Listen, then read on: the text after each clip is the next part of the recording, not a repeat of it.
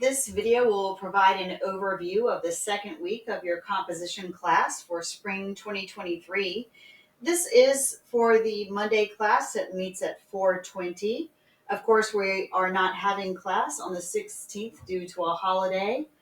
We will have lessons for this week posted online that you can complete at any time up until when the work is due Friday at 5. I encourage you to spread the work out over the course of the week.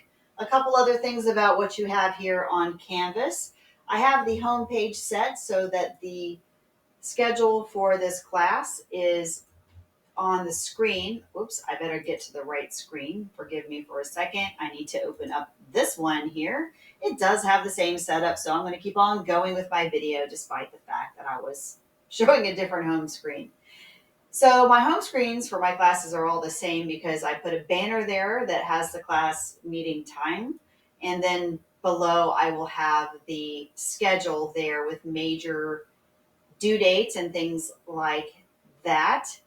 You will see here that with the course, the due dates are down here. And I will have Friday, 5 o'clock due dates there. And I will actually probably get in here and move some of these due dates to Fridays for the sake of consistency. I do find that it's easiest and best for students when we stick to the same deadlines. So I do want you to know that I'll be coming in here and moving all these dates to Friday. And I'm leaving myself a note reminding myself so I don't forget to do that for your class. I'm going to head now into the modules. You should always work in the same pattern. Come into Canvas, head into the modules.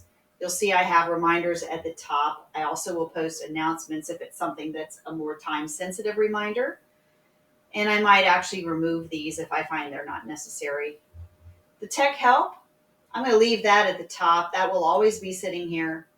And then what you're going to see for the rest of the semester is like what you have here, where I will be taking each week of the class, and as I post items, I'll have that close to the top.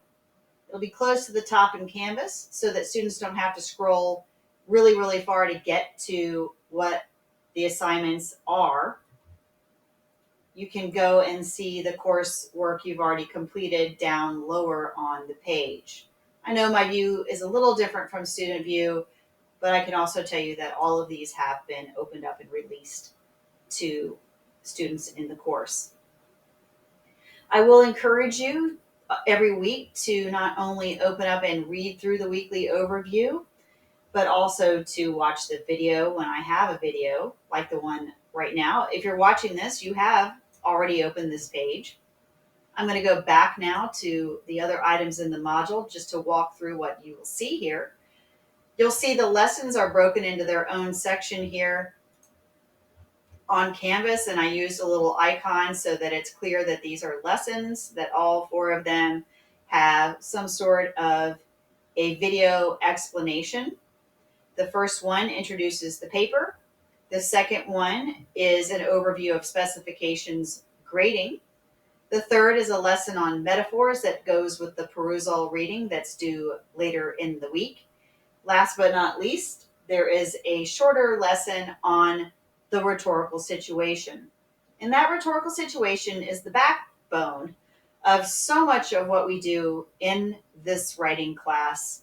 I can't even begin to emphasize how important it is.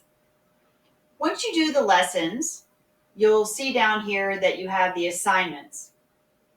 I actually have a big tip that I'm going to add here now that I can see I didn't put. So watch the behind the scenes Canvas as I post it. But I like to tell my students always to look at the journal before doing any other work, or I'll just call it activities or lessons. Because if you look at the journal first, then you're going to know where the work is headed. So I'm actually going to drag that up here. Again, behind the scenes things with Canvas. And then now you should be able to see that tip there as well. So I just said what the lessons are, but the first thing I would do before you watch any of them is come down to the bottom and open up the journal and look at it. And that way you could split your screen. You could have your journal on one side and you could be doing the lessons on the other side and actually complete a good amount of your journal while those lessons, while you're watching the lessons. In a typical week, when we are meeting face to face physically in the classroom, we'll do the same thing that I'm asking you to do asynchronously this week, which is that we'll open up the journal on most Mondays towards the beginning of class, take a look at it, and then during class, you can actually take notes inside your journal and work on it.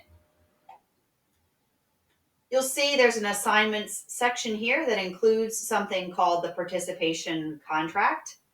This is one of the last things for the orientation types of materials for the semester. You'll see there's a perusal that's due Friday and that there is this journal that's also due on the Friday.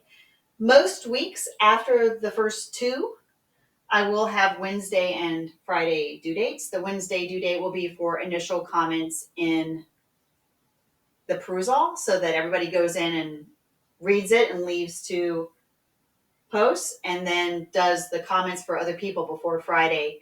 So I'll start staggering that. But I thought that since we're not meeting Monday, that I'd go ahead and just have a Friday due date for the first 2 weeks. And after that, again, we'll have Wednesday and Friday due dates. That's it for the overview of the week. I will see some of you in person on Wednesday, the 18th, for the studio course. If you're not in my studio class, I will see you face to face in the room Monday, the 27th. I'll be looking for your work here in Canvas. And if you have any questions whatsoever, use the inbox messaging system here in Canvas and send me a message that way. And I'll get back to you. Thanks for watching.